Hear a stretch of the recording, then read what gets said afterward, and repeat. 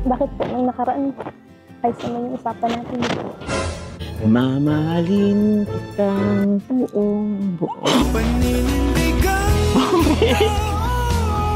Oh, kinatayo ah.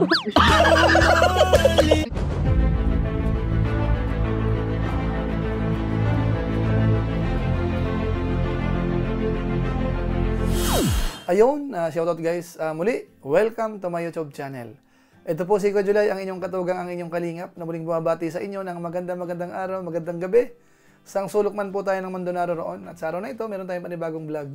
Pag-usapan po natin yung part 35 ng Jomcar, mga kalingap. At dito po, mukhang maninibago po tayo.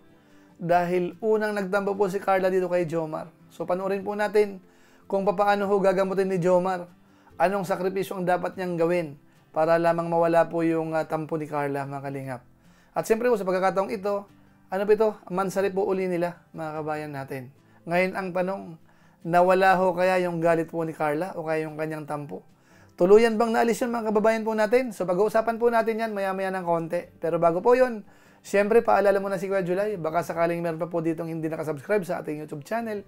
Huwag natin kalimutan, July Paunil. Tapos pakipindot lang po yung notification bell button para lagi po tayong updated sa aking mga video upload. So maraming salamat po sa inyong lahat. Tapos meron din po tayong Facebook page at July Paunil 2.0. Pwede ho nating suportahan po yun. Paki-follow, paki-like at saka pwede pong i-share. So maraming salamat po sa inyong lahat. Tapos sina Kuya Bal Santos Matubang, sina Kalinga Prab, sina Ate Edna Vlog, si Ruel of Malalag at saka po yung Jabber Sniper. Pwede rin po nating suportahan. Maraming salamat po sa inyong lahat. Ngayon, tuloy na po tayo. Pag-usapan na po natin yung ating pinaka-main subject. Patungkol po ito kay Carla, mga kalingap.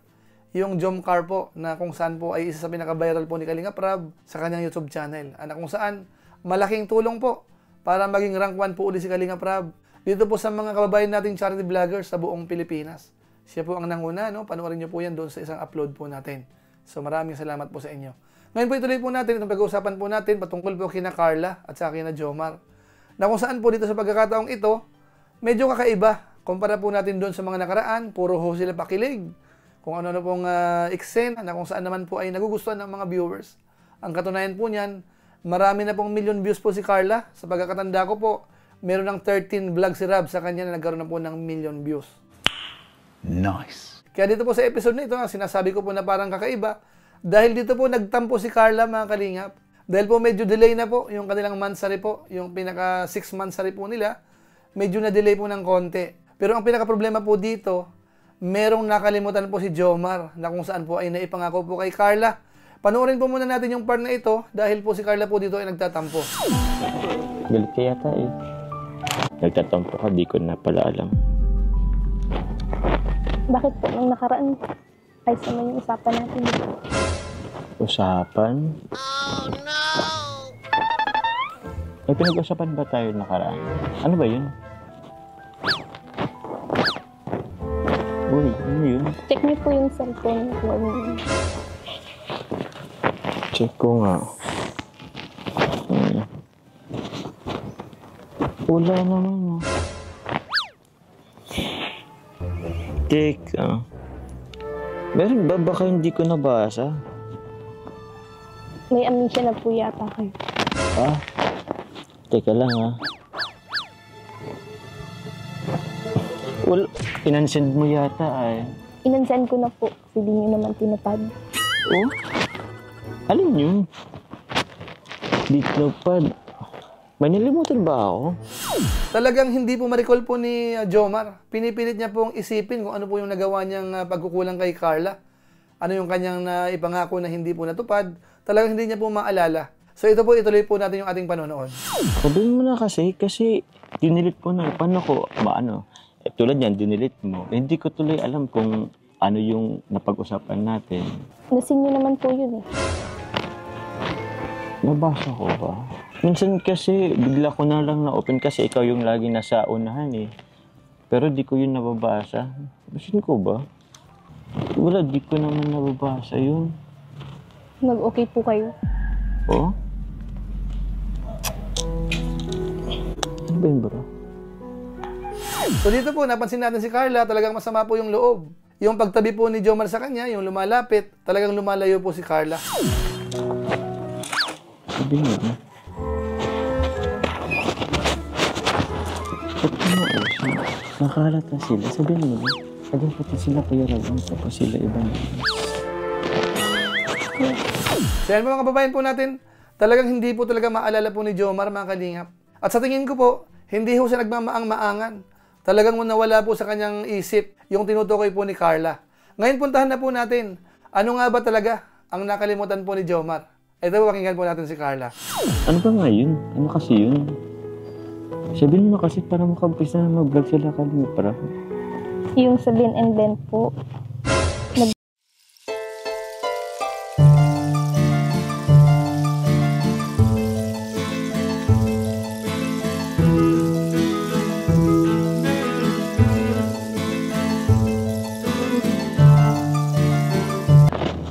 Nagbihis na po ako noon.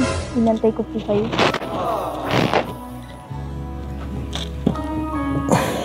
Ay, ako, bihira. Sensya na, di ko talaga, nawala talaga sa isipan ko. So yan po mga kababayan, yun po pala yun. Patungkol po dun sa Ben and Ben. Siguro yung mga kababayan po natin, kilala po ito. Sikat na grupo po ito ng banda o kaya mga kumakanta na kung saan ay kakaiba po ang dating. So medyo nagtampo po si Carla dito mga kababayan natin. At dito po, naalala na po ni Jomar mga kalingap yung patungkol po dyan. Kaya humingi naman po siya ng pasensya, humingi po ng sorry. Kaso nga lang po medyo matagal-tagal bago po napaamo po si Carla po uli. Hanggat sa nangako po siya na hindi na raw po mauulit. At siya daw po ay mag-no-note na para hindi makalimutan. At nangako po siya na our hearts beat to the city streets. We began to feel the fire. We rise like tall buildings as the chemicals they take us higher. The night's young, it has just begun as she puts her hand in mine.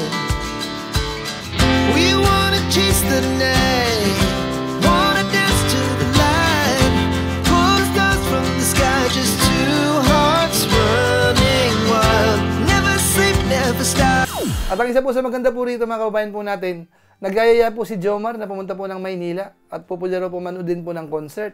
Hindi lang po yung Ben and Ben. Kaso nga lang po, talagang hindi pa po napapaamo po si Carla po dito, mga kabayan po natin. Kahit po yung gusto pong punasan ni Jomar, ayaw po ni Carla. Sorry na. Okay na ba ngayon ko to? Nagpa-present ko ng konti. Ako na po. Bakit? Ako naman. Pero ang maganda po kay Jomar dito mga kababayan po natin, meron siyang in-offer kay Carla, yung tipo na siya na lang daw po ang kakanta, doon po sa kinakanta po ng Ben and Ben. Eto po, ano rin po natin. Kanta na lang kita ng Ben and Ben. Gusto mo? Wala kang magagawa. Total, di naman tayo nakanood ng concert ng Ben and Ben. Kanta na lang kita. Tsaka, di rin naman nagkakala yung boses namin, di ba? Di ba? Sige. Kakanta na kita, ha? Kakainis na ayaw mong... Sinsya na, di ko kasi alam yung kanta, pero kakantin ko talaga to para sa'yo. Ulitin ko, ha? Kakainis na... Dito ho, talagang natawa po si Carla. At kahit po siguro yung mga viewers naman po, kahit ako po nung nanonood, talagang natawa rin po ako. At hindi lang po tayo. Pati po yung mga K-boys, si Kalingap Rab, natatawa rin po. Paninindigan kita, oo. Mamahalin kitang buong. Kahit sa pagtanda ako'y sa'yo. Siyempre mga kababayan po natin, sino ho ba ang hindi matatawa dito? Parang binabasa lang po yung lyrics mga kababayan po natin. At inuulit-ulit pa po. Ayaw pong magpaawat si Jomar mga kababayan po natin. Paninindigan kita, oo. Mamahalin kita. Pero ang maganda po dito, talagang tuloy na pong natawa si Carla at mukhang pinatawad na po si Jomar mga kababayan po natin. Apology accepted na po. Uy, ayaw mo bang tapusin ko? Kasi mas maganda kung tapusin ko. Paninindigan kita, oo. Mamahalin kitang buong. Paninindigan Oo, okay na tayo ah. Ba't mo kinakain yung petals? Aray ko. Okay na tayo ah. Okay na tayo ah. Opo, okay na po. Basta wag niyo na pong ulit. So yan po mga kababayan po natin, mukhang okay na po talaga si Carla. Ngayon, doon po sa mga iba na parang nagdadalawang isip, tuluyan na nga bang napatawad ni Carla si Jomar, mga kalingap? Panoorin po natin ito. Dahil dito po, napansin natin, doon sa pagpapasalamat po ni Carla, pati po si Jomar, kasama pong pinasalamatan naman. Siyempre po, hindi mawala ang aking partners po dyan, si Carla. Thank you very much. Thank you very much. Ano, pati na tayo ah. Tagan po ka pa ba? Gusto mo kantahin kita? Okay na po. Okay na po. Be my lady. Ay, sige. Baka may gusto ka pasamatan. Siyempre po, thank you so much unang-una kay God, kay Kuya Rab, kay Kuya Bal, kay Ate Edna, and kay Ate Jack, sa lahat ng KRT Boys and K-Boys, siyempre sa mga karpintero din po. And siyempre din po kay Jomar, thank you so much po. Welcome. Kahit po, may kasalanan siya. Uy, grabe. Pinano mo taga sa viewers.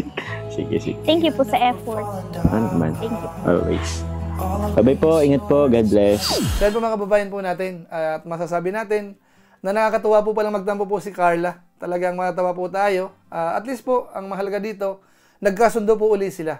Mahirap po kasi magtampo ka, tapos itatago mo, tapos lalaki ng lalaki, kung ano-anong po pwede nating masabi o kayong kilos natin, baka nga hindi magustuhan po ng mga viewers. So ang maganda po rito, kahit kay Carla, humingi po siya ng pasensya sa mga viewers po. Sorry po. Pasensya na po. Pasensya. Ako? Ako bang kausap mo? Pasensya sa akin? Sa mga viewers po. So yan po si Carla. Kahit paano ho, kinukonsider po yung mga nanonood po sa kanila. So saludo po tayo dyan. Pero sa kabuuan ho, ang masasabi natin at ang pinakamahalaga, nagkasundo na po yung dalawa. At siyempre ho, i-congratulate po natin uli ang Jomcar dahil hanggang ngayon po, yung kanilang vlog po ni Kalinga Prab, talagang marami pong nanonood. Sa ngayon po, after 24 hours, yung kanilang vlog, nasa 430,000 views na po. At ngayon nga po, patuloy po yung pagdami. Baka kung mapanood nyo po ito, baka nasa 500,000 mahigit na po yan. So yan po mga kababayan po natin. Yan na lang po muna siguro ang ating reaction video dito po sa part 35 ng Jomcar. Na kung saan nga po, una nating nakita na nagtampo po si Carla kay Jomar. At buti na nga lang po, nagawa naman po ng paraan.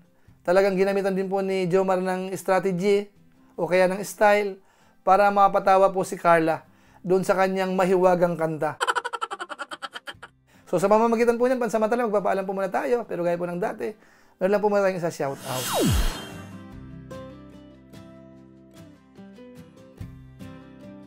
Tapos maraming salamat din po sa ating mga kasamaan po sa COOS, Kalingap, OFW Organic Sponsors, sa inyo pong patuloy na pagsuporta po sa mga babahay program ni Kuya Bal Santos Matubang at saka po ni Kalinga Prab. Sana huwag tayong magsawa.